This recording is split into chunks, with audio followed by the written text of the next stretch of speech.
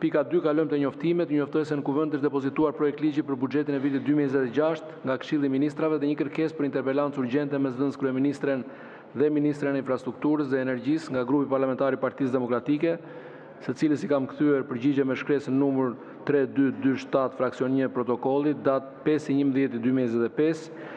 Titullet e çështjeve depozituara e gjeni sistemin këtu në sallë, ndërsa materialet në faqen zyrtare të kuvendit. Ju njoftoj se në datën 5/11/2025 u mblodh konferenca e kryetarëve, e cila shqyrtoi kërkesën e një grupi deputetësh të grupit parlamentar të Partisë Demokratike për mocion për zhvillimin e debatit për përgjetjet, konkluzionet dhe rekomandimet e raportit final të OSB Odirit për zgjedhjet parlamentare të 11 maj 2025.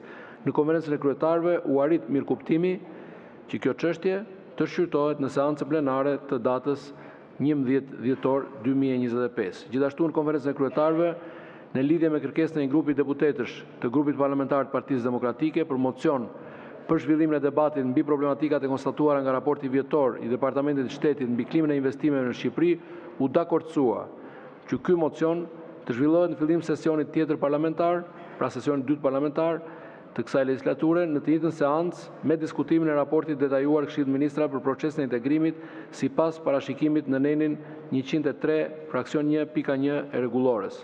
Në mbledhjen e konferencës së kryetarëve, pas prezantimit të projektligjit për buxhetin e vitit 2026, nga Ministri i Financave u shqyrtua dhe projekt kalendari i veçantë për shqyrtimin e projekt buxhetit. Konferenca e kryetarëve nuk arriti në mirëkuptim në këtë pikë, sipas nenit 79, pika 2 e rregullores kuvendit, kur konferenca e kryetarëve nuk arrin mirëkuptimin për miratimin e projekt kalendarit të veçantë të shqyrtimit të projekt buxhetit, ky projekt kalendari paraqitet për votim seancës më të parë plenare. Është e drejta për një mendim kundër dhe një mendim pro. Kush e do fjalën për mendimin kundër? Nuk ka. Kush e do fjalën për mendimin pro?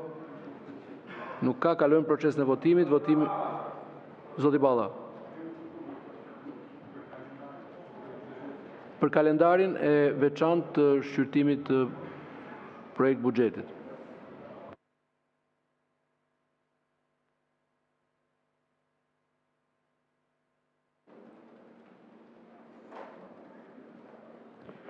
Faleminderit kryetar.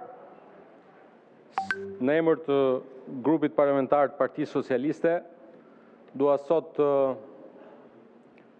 përgëzoj qeverinë për sjelljen në kuvend, jo vetëm të buxhetit më të madh në historinë e Shqipërisë, por mbi të gjitha për faktin se kjo shumicë,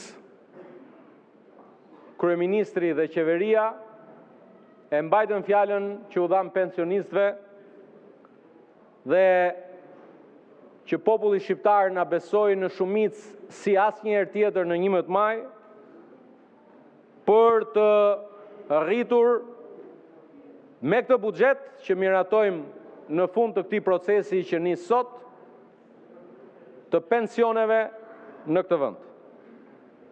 Është, e dim gjithë, pensionet janë pjesa më e vështirë e politikës financiare të një vendi, por besoj që e bashkëndani dhe ju bashkë me ne, vlerësimin se Shqipëria nuk është më ai vendi që mezi rrin këmbë, e që nuk ka më mundësi të rrisë pensionet, dhe ne sot jemi shumë krenar para popullit shqiptar të themi që fjalën që dhamë e mbajtëm, zotimin që u dhamë pensionistëve e mbajtëm, dhe sot jemi në ditën kur zyrtarisht në kuvendin e Shqipërisë fillojmë të komunikojmë shifrat historike të këtij buxheti.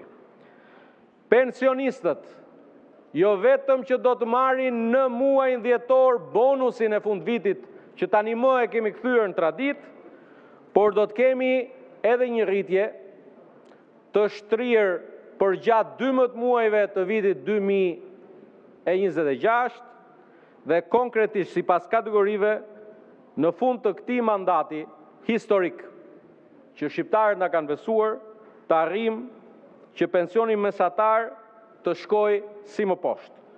Pensioni urban me vitet plota e pune të shkojë në 400.000 lekë. Pensioni urban i pjesshëm të shkoj mesatarisht në të paktën 220.000 lekë. Pensioni rural, atë pensionin që kur erdhë në 2013 as nuk ekzistonte, ta gjem nuk ekzistonte, se se dini. Por, ne synojmë ta çojmë në 180.000 lekë. Pensionin familjar të shkojë në 180.000 lekë dhe pensioni invaliditetit të shkojë në 300.000 lekë. Prandaj, nga janari vitit 2026, pensionet kemi vendosur që të rriten çdo muaj. Dhe këtu nuk përfshihet as bonusi dhe as indeksimi vjetor. Ajo është diçka tjetër që do të vazhdoj. Sot flasim para jush vetëm për rritjen që është planifikuar në buxhet. Pensioni urban në vitet për ata që kanë vitet plota pune do të rritet për çdo muaj me 1.800 lekë. Dhe nëse do të bënim një llogari për gjithë ata që ndoshta matematikën e kanë lënë vështirë në kurrikulën e tyre arsimore, nëse do t'i referoheshim vetëm pensionit urban për vitet plota pune, për vitin 2026 çdo pensionist do të marrë 216.000 lekë më shumë vetëm rritje, pa indeksim dhe pa bonus. Për vitin 2027 do të marrë 432.000 lekë shtesë.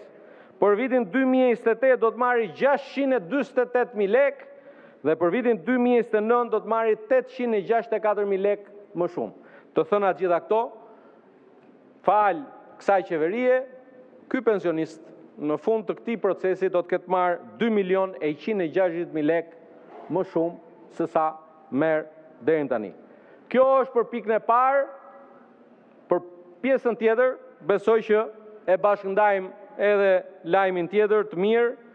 Nga 1 janari 2026, fal këtij buxheti rritet paga minimale për 307.850 punonjës në këtë vend.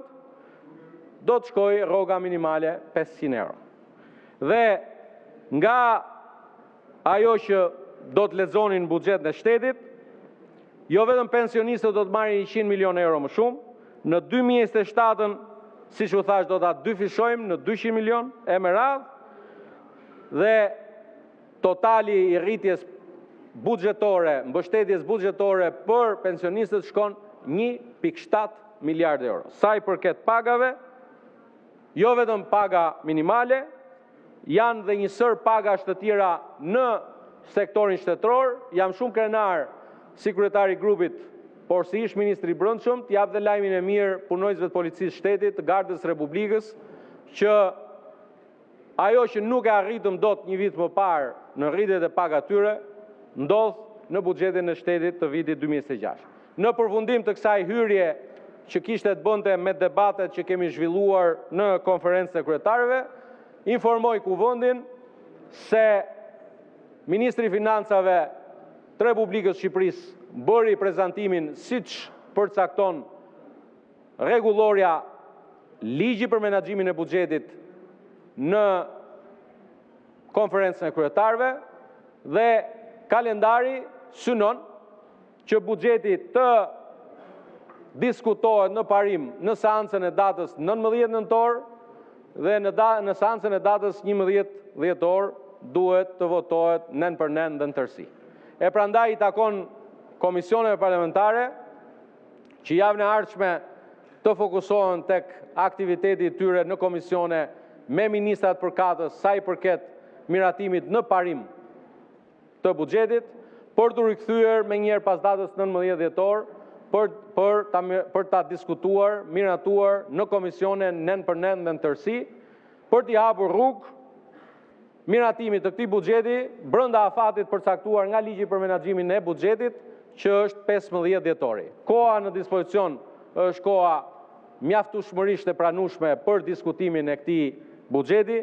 Prandaj, zoti kryetar, i ftoj kolegët ta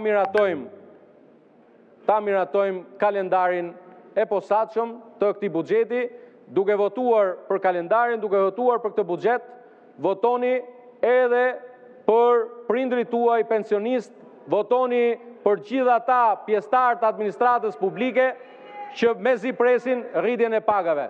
Faleminderit gjithëve.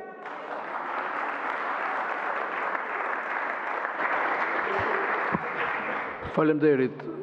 Uluni zoti Sheaj, sepse në këtë pikë flet vetëm një diskutim kundër. Zoti Klliçi, shikoj që e keni kërkuar fjalën apo është për procedurë? Jo, njëri nga ju duhet flasë për